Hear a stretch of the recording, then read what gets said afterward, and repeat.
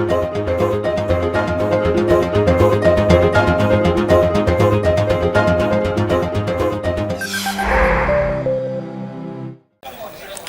markets in Europe are trading softer this morning, with the UK's FTSE 100 index currently off around about 8 points. The DAX in Germany down 15 points, and the Euro Stoxx 50 index lower by around about 4 points. In the currency space, FX pairs are generally stable at the moment. The US dollar a little firmer, the Japanese yen weaker, and the euro currency continuing to show relative strength on the whole.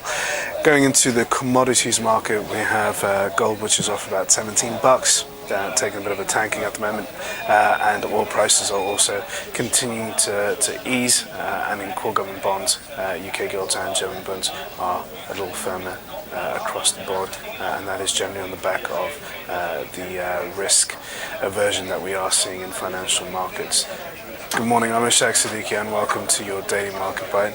I'm going to give you guys a quick idea of what's going on in financial markets today across the world. So overnight on Wall Street, we had a late rally for the S&P 500 and the Dow Jones Industrial Average. Now, this late rally was driven by two events. One, Citigroup, the large investment bank in the US, reported better than expected numbers thanks to an improving US economy, which helped it add around about $368 million to its bottom line, and that was generally seen as a positive after certain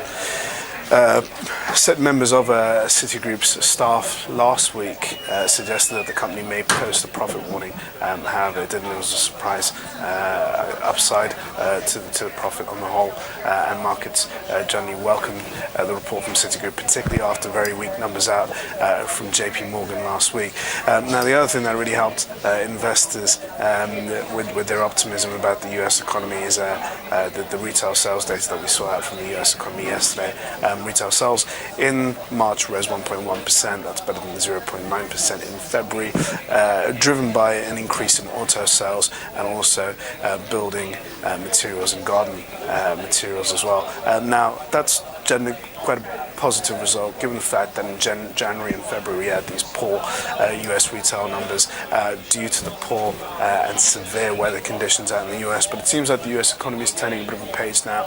It's starting to show signs of life. It's breathing back again, and investors are showing their bullish sort of sentiment around that. The only thing that this means is that it's going to further hasten the Federal Reserve's resolve to end QE by sometime in October or September this year, as they're going to continue tapering the bond buying program in increments of $10 billion per month.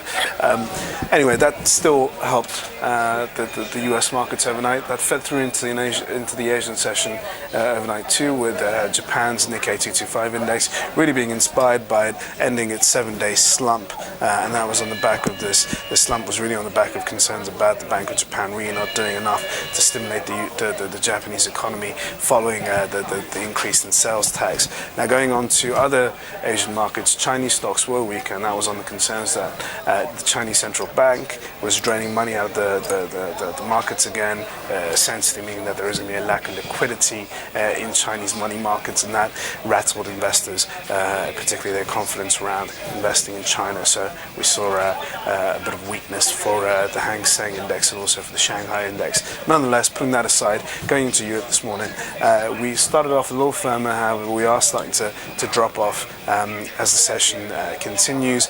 We have the German ZEW survey coming up, and we also have US Empire State manufacturing numbers. Now, the reason why we are weaker is, of course, we still have these renewed worries about the situation in the Ukraine, where we saw an escalation over the weekend, and that really hit markets yesterday, and it's still continuing to be a massive threat to the downside, which is why we're seeing this risk-off movement in financial markets.